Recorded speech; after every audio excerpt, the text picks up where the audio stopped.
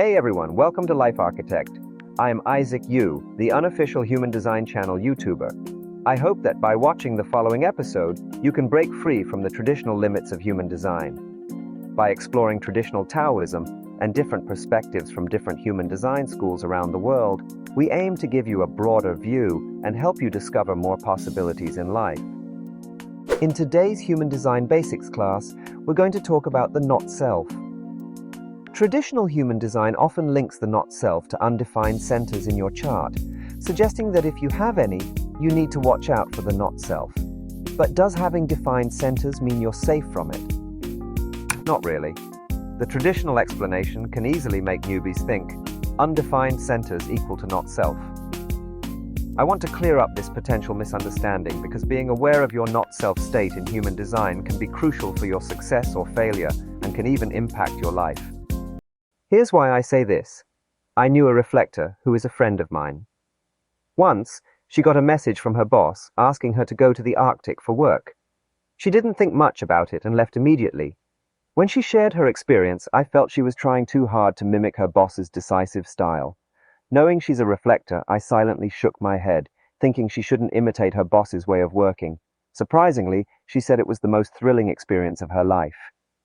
Shortly after arriving in the Arctic, she developed back pain, but had few people around to help her, so she had to handle it herself. Then she encountered airport lockdowns in various countries, which was completely unexpected. She said if she hadn't boarded a flight home within 24 hours, given the supplies and money she had, her life could have been in danger. I broke out in a cold sweat listening to her, but it also reinforced my belief in the value of the human design strategy. All right, back to the main topic. What exactly is the human design not-self? Traditional human design analysts explain it as a severe deviation or overuse of your true self. I think this explanation is still quite vague. What does overuse of your true self even mean? Beginners in human design might still be scratching their heads. I hope the following definition could help you clarify what not-self is in human design. When you deviate from the unique and predetermined strategy and decision-making method, strategy and authority, given by your human design, the resulting state is the not-self. The cause of this often relates to the three major perception centers in our human design: the spleen center, the ajna center, and the solar plexus center, as these three centers construct the illusion Maya of our current living world. So whether you have undefined centers in your human design, or all 9 centers are defined, you can still experience the not-self state. As long as you deviate from your own human design's S and A, your behavior will fall into the not-self state. Those with undefined centers are more susceptible to external influences and conditioning, making them more likely to deviate from their original human design's S and A.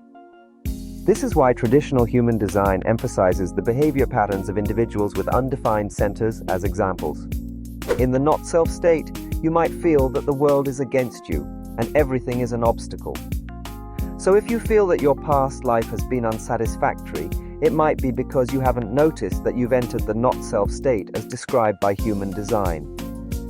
Also, I've got some good news for our Life Architect supporters. The official Life Architect website has finally launched. It's currently in the testing phase. This is why there have been occasional interruptions in updates, as I've had to allocate time and energy to website design and related tasks. If you're interested in understanding your own human design, you can contact me at lifearchitectacademy@gmail.com. See you in the next episode.